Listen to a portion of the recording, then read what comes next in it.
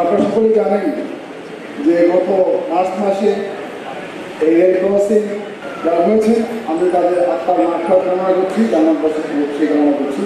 যারা আহত হয়েছেন আসলে সমবেদনা জানানোর মধ্যে যে সত্যিকার ভাষা কিছু করা সেটা কিন্তু আমাদের পক্ষে সম্ভব নয়। সকলেই এই বিষয় থেকে পরিত্রাণ চাই।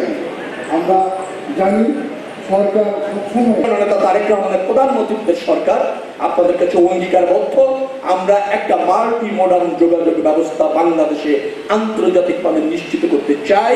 সেই লক্ষ্যে কাজ করছি, সমস্যাগুলি চিহ্নিত করেছি, বাজেট আনছি, বিশ্ব ব্যাংকের সহায়তায় ইতিমধ্যে প্রকল্প গ্রহণ করে তা বাস্তবায়নে ব্রত আছি। আমাদের ভাইয়া বাড়িতে কেমনি বাঁচবো আমরা কম? আমি তো ভাবতেছি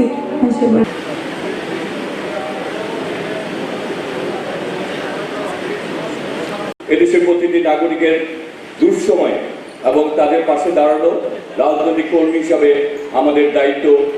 আমরা যেখানে দুর্ঘটনা ঘটছে সেই দুর্ঘটনার কারণ আমরা উদ্ঘাটন করার চেষ্টা করছি, সাথে সাথে সেই দুর্ঘটনা যাতে যারা জড়িত তাদের বিরুদ্ধে শাস্তিমূলক ব্যবস্থা গ্রহণ করা হচ্ছে এবং সাথে সাথে আমরা আমাদের এই সকল দায়িত্বে যারা রয়েছেন তাদেরকে নির্দেশনা দিচ্ছি কোথাও দুর্ঘটনা ঘটার আগেই দুর্ঘটনা যাতে না ঘটে সেই ধরনের ব্যবস্থা গ্রহণ করা।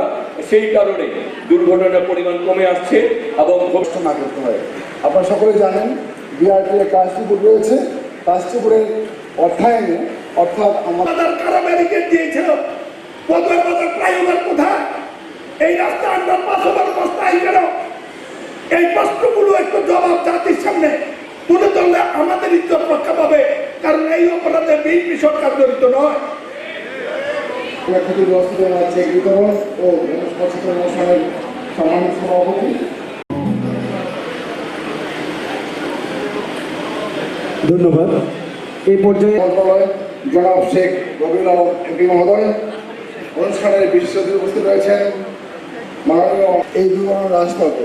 আমরা সকলে এটাকে একটা গণ আন্দোলন দিতে পারি, সামাজিক আন্দোলন করতে চাই, যাতে অনুষ্ঠানের মাননীয় প্রধান অতিথি জনাব শেখ রবিউল আলম এমপি, মাননীয় মন্ত্রী শাসক জনাব মোহাম্মদ রেজা হাসান, আসসালামু আলাইকুম।